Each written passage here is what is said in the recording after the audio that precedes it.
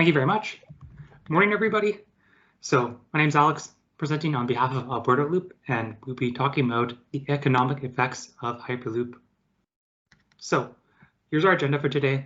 We'll be talking about real-life analogs, effects on local economies, effects on the broader economy, and the efficiency of Hyperloop or the inefficiencies present in it. So here's a little bit about us first. We're a multidisciplinary research group based out of the University of Alberta. We recently got transited from being a normal club to a research group, so that's good. And our club has experience in everything from machine learning to operations management, to oil and gas, and right-of-way management. We're covering the whole spectrum of expertise. So as you guys know, Hyperloop is envisioned to be the next generation of high-speed mass transit. But if you want to be reductive about it and you want to find analogs to it in the real life, you can say it's similar to high-speed rail or maglev trains.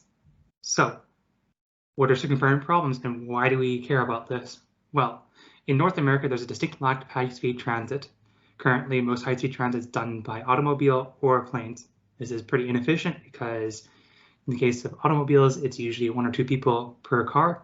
In the case of airplanes, it is really inefficient because you're basically lifting an entire hunk of metal into the sky and then flying it in upper atmosphere, which again is really inefficient.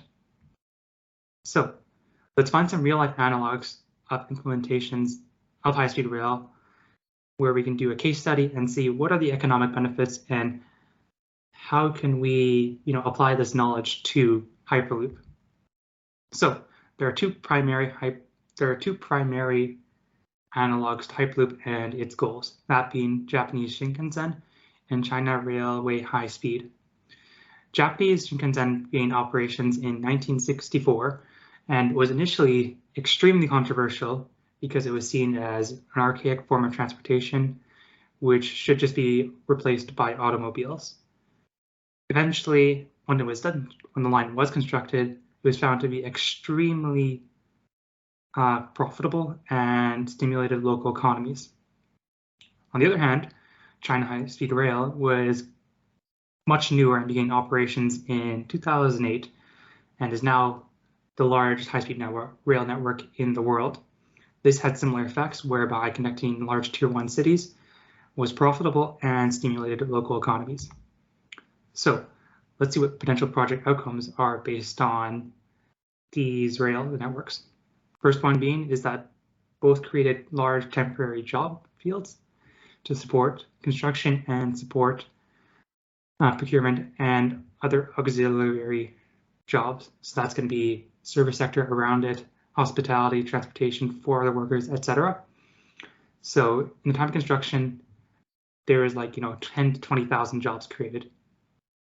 The other positive effect was technological. Both countries developed technologies in-house that allowed them to apply certain expertise in certain locales and really push for the viability of certain technologies, chief among them in China being maglev, and in Japan it was just high-speed rail itself because it was the first time any high-speed rail network had been constructed.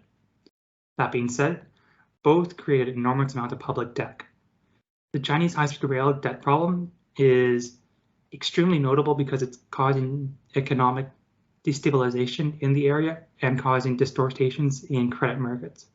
So what that means is that there's so much debt being used to finance the construction of high-speed rail that it's basically bankrupting an entire government. And for context, they are about $1 trillion in debt now. So what can we learn? We can learn that you have to understand the whole scope of the project to really understand what your project outcomes are. If you're trying to connect 2 cities, then you have to understand who's going to finance it and how are they going to finance it. Moreover, you have to understand what key economic benefits will these 2 cities incur whenever they're trying to build these rail networks. And what we can learn from both examples is that 1, it'll cause local stimulation of job markets. It'll cause accelerated development of exotic technologies, but it will also create a lot of public debt. So what kind of effects can we foresee on the local economy? Well, there are 4 prongs to this. You'll see a business effect, a tourism benefit, technological, and social benefit. The primary benefit you'll actually see is the business benefit. In all cases whereby high-speed rail networks were constructed, there was a notable increase in sales at local markets. And this is due to other cities being able to, in a way, network and come into the city for a day or two, much easier to be able to purchase goods or to be able to find more niche products. Another notable increase is tourism, because of shorter transit times we've seen between cities becomes much lower. There's a much lower bar to entry in order to visit another city. As an example, along Shinkansen routes, there was a notable increase in hotel construction projects around train stations, and this was seen because of business people and tourists trying to visit other cities because it was so much easier to do so and they didn't have to drive a car there or fly there. Another benefit is technological. While the technology itself, or Hyperloop / high-speed rail itself, is traditionally not exported to other countries, the underlying technology is applicable to other industries. Chief among these is maglev. Maglev is used in more than just trains. It's used in doors, conveyor belts, etc. So developing really efficient maglev technology can give a company or a country a competitive advantage in developing these key technology facilities. And the final benefit you see is environmental / social. So local environments will improve due to decreased usage of vehicles, and there will be decreased carbon emissions, allegedly. We'll get into that later. So in Canada, there are two primary viable locations. You have the Calgary to Edmonton corridor, and you have the Ontario-Quebec corridor. What these two places have in common is extremely high local GDP and a moderately high population density. The reason why we don't see transcontinental high-speed rail or transcontinental Hyperloop is because it's too expensive to construct these networks when there's not enough population, without enough population.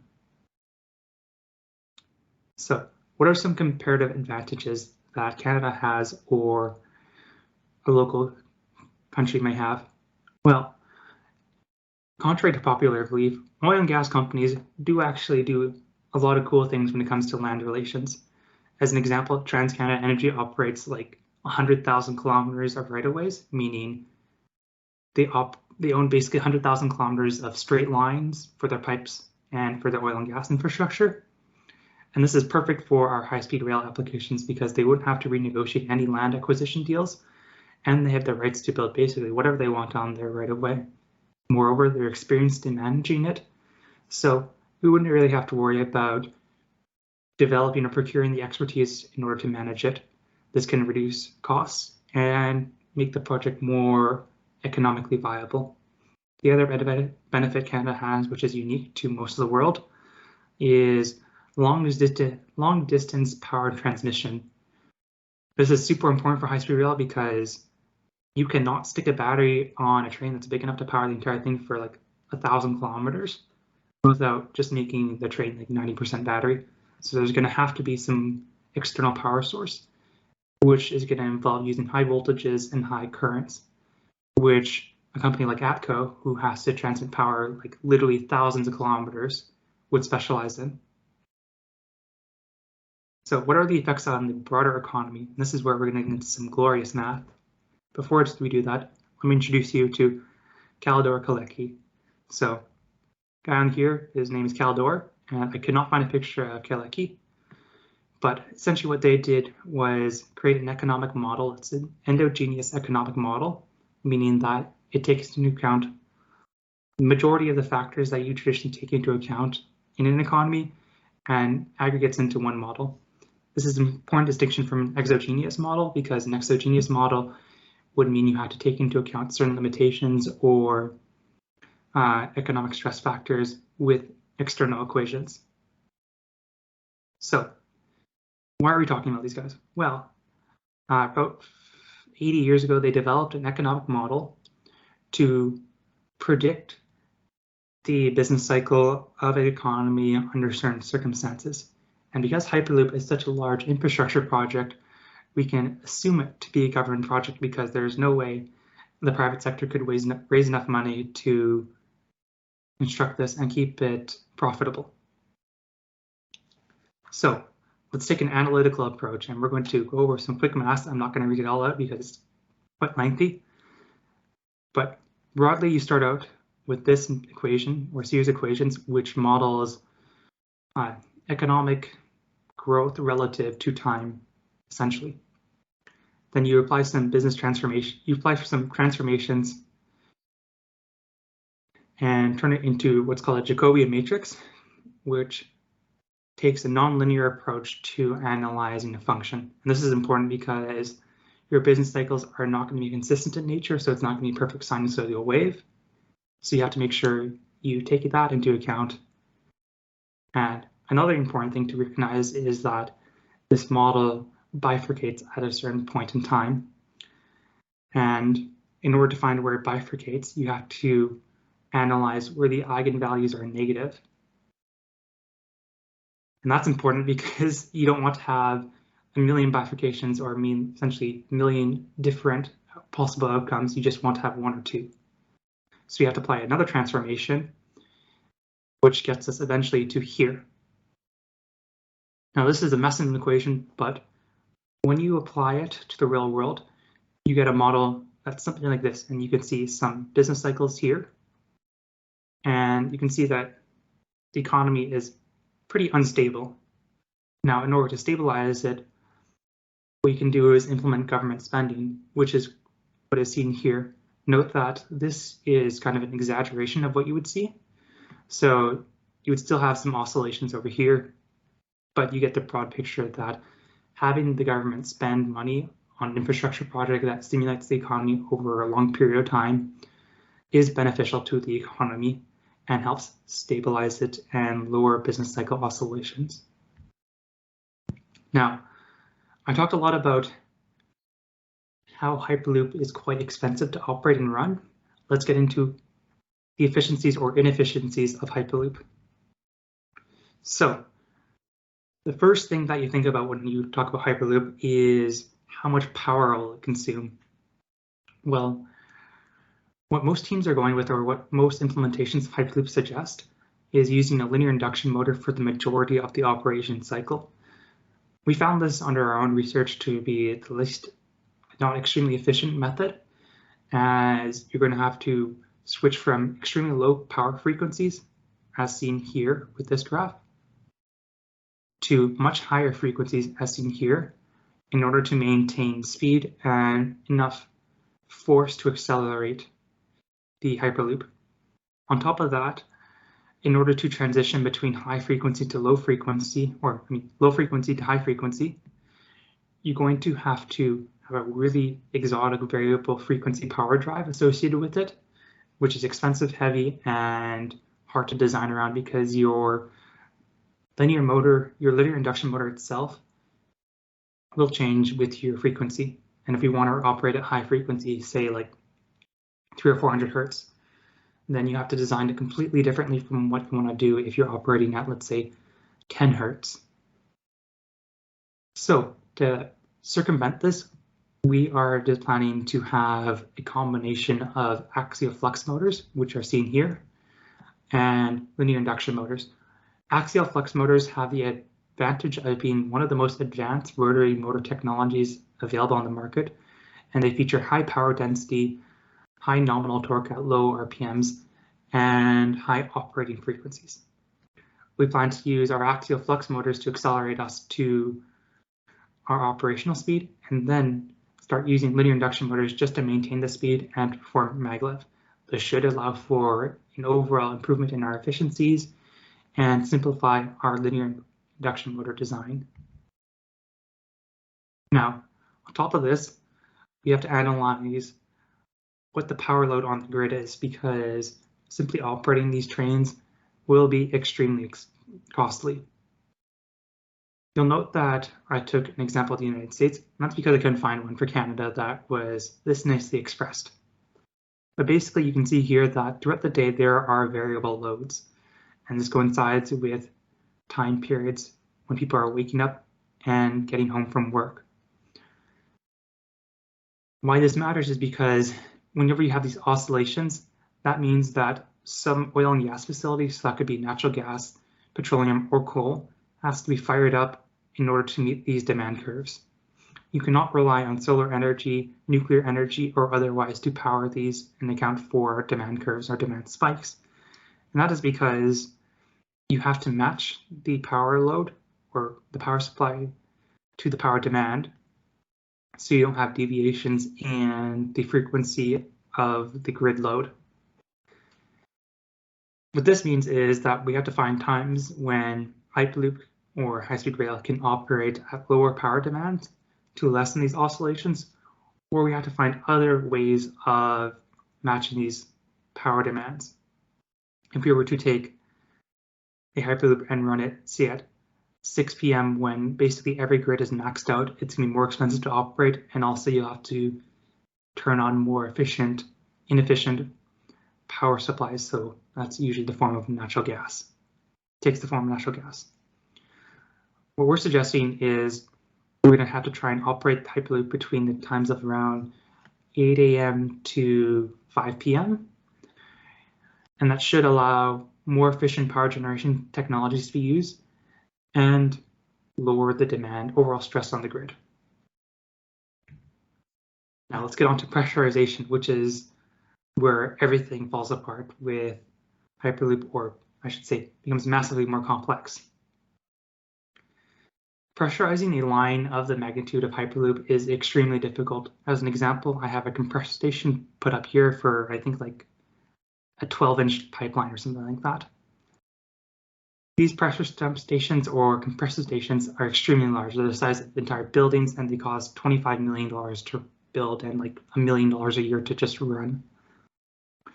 In order to get Hyperloop up to pressure, or down to pressure, I should say, you're going to need to build a series of compressor stations along the line, which will be A, extremely expensive, and B, extremely power hungry. If you were to build something for, say, 2 meters, which is somewhat small for Hyperloop or for a mass transit solution, I would estimate that a power or compressor station would cost probably $100 million or so, just because they don't build compressor stations that big. And all compressor stations run on natural gas. So converting that to electricity is going to be extremely difficult, because the compressor station itself runs on natural gas, and the turbine blades themselves are powered by the combustion of natural gas. So trying to convert that into, electricity is extremely difficult and extremely time-consuming. But it is technically possible as grids transition more to electricity and as oil and gas companies research more into electrified compressor stations. So that broadly summarizes the economics of Hyperloop. There are numerous economic benefits to it, but you have to keep into account that to build the infrastructure and to build all the supporting equipment will be extremely expensive and is most likely not profitable or economically self-sufficient in the short run or even long run. Because of that, we have to invoke potential economic stimulation, which is most likely to happen as demonstrated by traditional high-speed rail lines. But if the economic benefit is worth it is another question, which has to be researched further, and we have to take into more account. We have to really look into the viability of Hyperloop as a long-term project solution, just because of the complexities associated with having anything operating under pressure or anything operating under a near vacuum. That's about it. Thank you very much. If you have any questions, please let me know.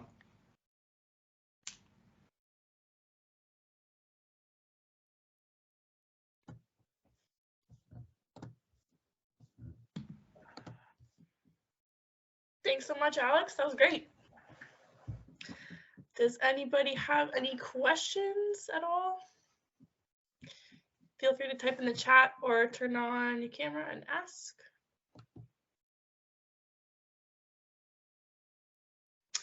I have a question. So based on your research, what recommendation would you give to a Hyperloop company who wants to move forward with building a physical Hyperloop track? What would you say would their best bet be in order to make that happen successfully? Well, the primary complication with building Hyperloop is just the whole vacuum tube idea. Normal high-speed rail is going to cost you about $10 million a kilometer, give or take $1 million or two.